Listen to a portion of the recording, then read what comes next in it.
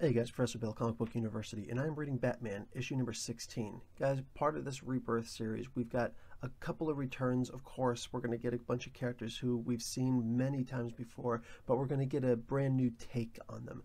One of the takes is that we actually get to see that Bane is coming back in the I Am Bane storyline.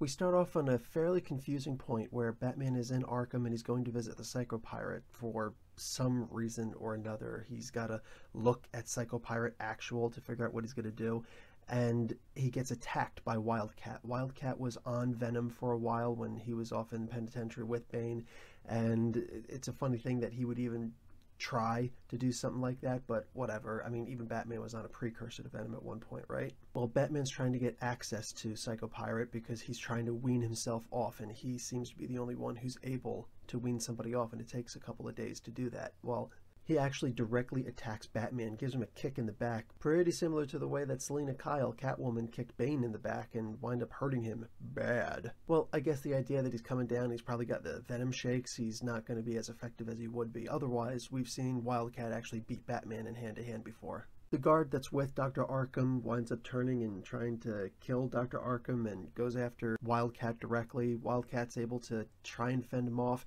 Batman has to intervene, and he actually winds up taking several teeth away from the guy in a really vicious punch. Batman is pretty quick to forgive Wildcat for the attack. I guess not that big of a deal. He's been hit before, whatever. And then we transition into something a whole lot less serious. We have Batburger, and we also have Bruce Wayne interacting with the Batburger crew.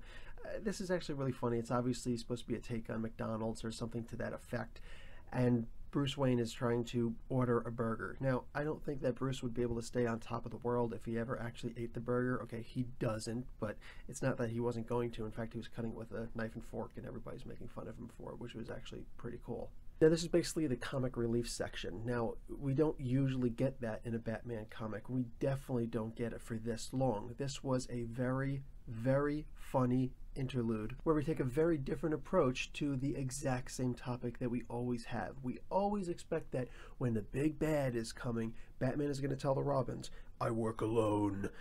But obviously Batman doesn't work alone. He just wants this one all for himself, or he just whatever. He's kind of suicidal in that regard. Hey, we just had the I Am Suicide storyline where he first came across Bane. But the idea here is that he's trying to tell them, no, don't come. But instead of having the same old in the Batcave and quote-unquote with Alfred's cucumber sandwiches, we have a very different approach in that it's a very comedic tone on it. By the way, all I'm saying is I now demand a Red Hood toy in my next Happy Meal. That's all I'm saying. He makes his little statement, which you knew was going to come, but it came in a very lighthearted way, which is a relief because we don't usually get that. Either way, they say that they're going to help out anyway. Well, this is what happens when you don't listen. You all die.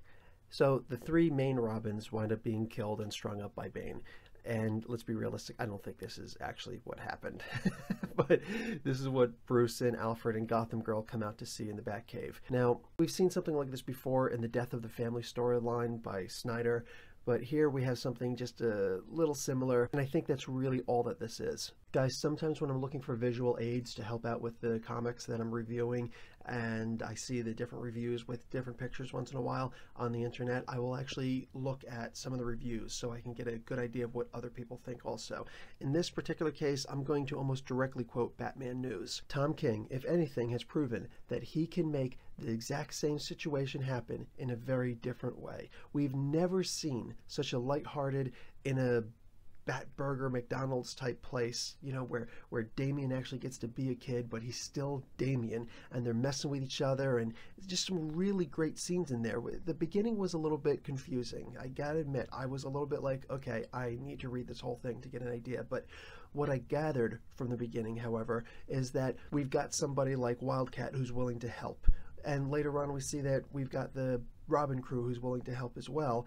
More than that, we get Selina Kyle, who even though she's wanted, she is willing to come and help.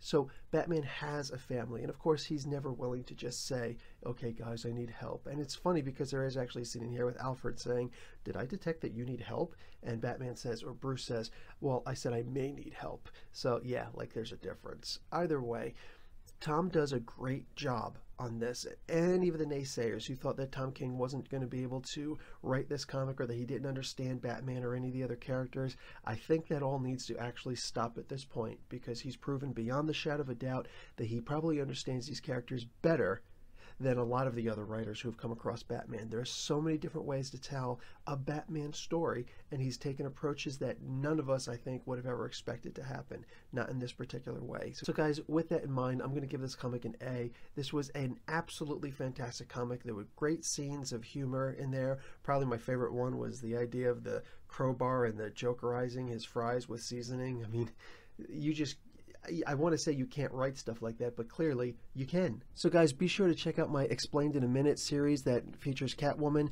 and also my brand new one that's up now, Bane. Guys, Professor Bell, Comic Book University, class dismissed.